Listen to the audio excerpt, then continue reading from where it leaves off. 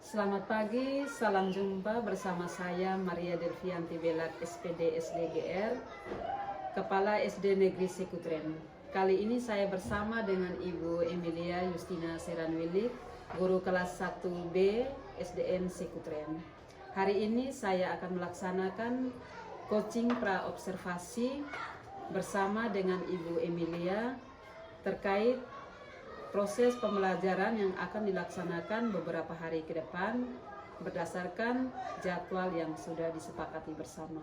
Baik, selamat pagi Ibu Emi. Selamat pagi. Apa kabar hari ini? Baik, Ibu. Baik, puji Tuhan. Tentunya Ibu Emi sudah tahu tujuan pertemuan kita pada pagi hari ini. Jadi hari ini kita akan melaksanakan satu tahapan dalam supervisi akademik, yaitu tahap pra-observasi. Jadi dalam supervisi akademik itu sendiri ada 3 tahapan yang kita harus lalui bersama. Itu yang pertama tahap pra-observasi, yang kedua tahap pelaksanaan observasi, dan yang ketiga tahap pasca observasi. Dalam tahapan pra-observasi ini ada beberapa pertanyaan yang nanti akan saya tanya kepada Ibu Emi terkait persiapan dalam melaksanakan pembelajaran di kelas nanti. Baik, kira-kira dalam pelaksanaan nanti di kelas, kira-kira Ibu Emi akan bawa mata pelajaran apa? Baik, terima kasih Ibu. Untuk mata pelajaran yang akan saya bawa pada saat observasi nanti itu mata pelajaran tentang pendidikan Pancasila. Pendidikan Pancasila. Kira-kira topik dan materi pokoknya itu apa yang spesifik? Kalau untuk materinya tentang aku mengenal Indonesia. Jadi dia untuk materi yang lebih khususnya lagi itu dia lebih fokus ke mengenal bendera Indonesia. Terus kemudian lanjut lagi ke anak harus tahu tentang lagu kebangsaan Indonesia Raya. Ya. Luar biasa sekali Bu Emi. Kemudian dari materi yang sudah disiapkan, kira-kira tujuan pembelajaran yang nanti akan dicapai bersama anak-anak itu kira-kira apa? Oke. Tujuan yang akan saya capai bersama siswa itu dimana siswa harus tahu dan mengenal persis bahwa bendera merah putih itu yang benar bagaimana, dimana merahnya di atas, putihnya di bawah. Terus kemudian merah itu artinya keberanian dan kalau putih itu artinya kesucian. Baik, Lebih fokus untuk lebih mengenal karena rata-rata ada anak yang belum mengerti tentang bendera merah putih. Merahnya itu artinya apa, putih artinya apa. Luar biasa Ibu Emi, apalagi ini anak kelas anak kelas 1, satu, jadi benar. perlu konsep yang benar dan tepat. Kemudian metode dan strategi apa yang mungkin direncanakan dalam proses pembelajaran? Metode yang saya gunakan itu problem based learning.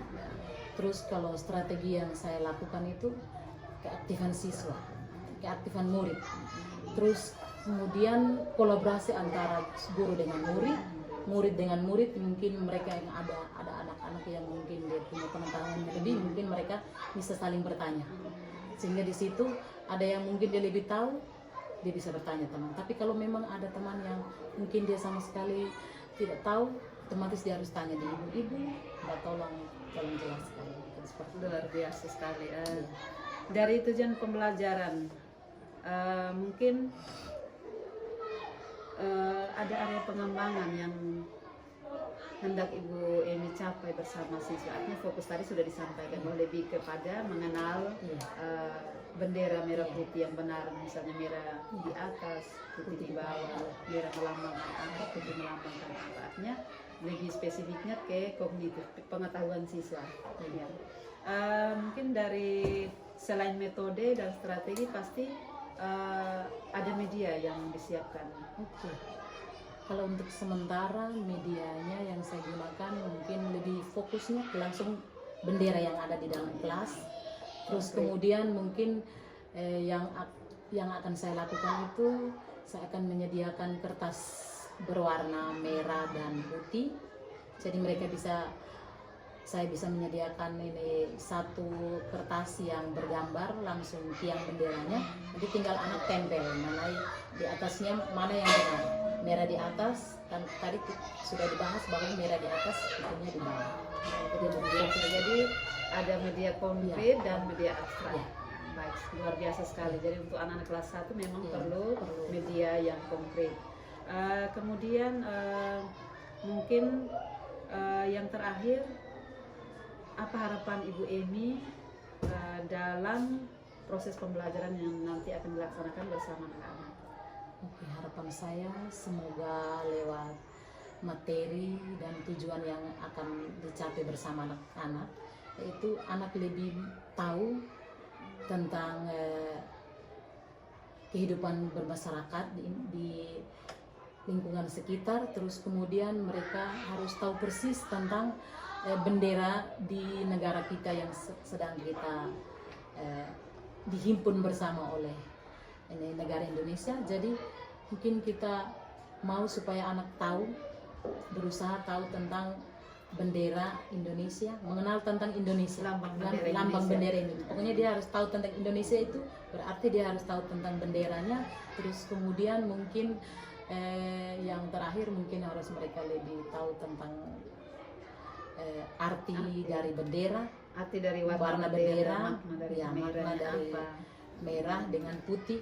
Terus mungkin setelah itu mungkin mereka juga harus lebih fokus menyanyikan lagu Indonesia. Mereka harus hafal tentang lagu Indonesia. Ya. Baik, terima kasih Ibu Emi, luar biasa sekali. Dan memang anak-anak kelas 1 itu perlu kita seorang guru itu menerapkan strategi yang tepat, Iya. metode yang tepat, media yang tepat, sehingga benar-benar bisa mencapai tujuan yang sudah direncanakan. Baik, terima kasih Ibu Emi atas waktunya. Mudah-mudahan dalam pelaksanaan observasi di kelas nanti dapat berjalan dengan lancar, baik, dan sesuai dengan apa yang sudah direncanakan. Oke. Sekali lagi terima kasih. Selamat Oke. pagi. Kembali kasih. Selamat pagi, permisi. Tidak perlu ulang lagi ya.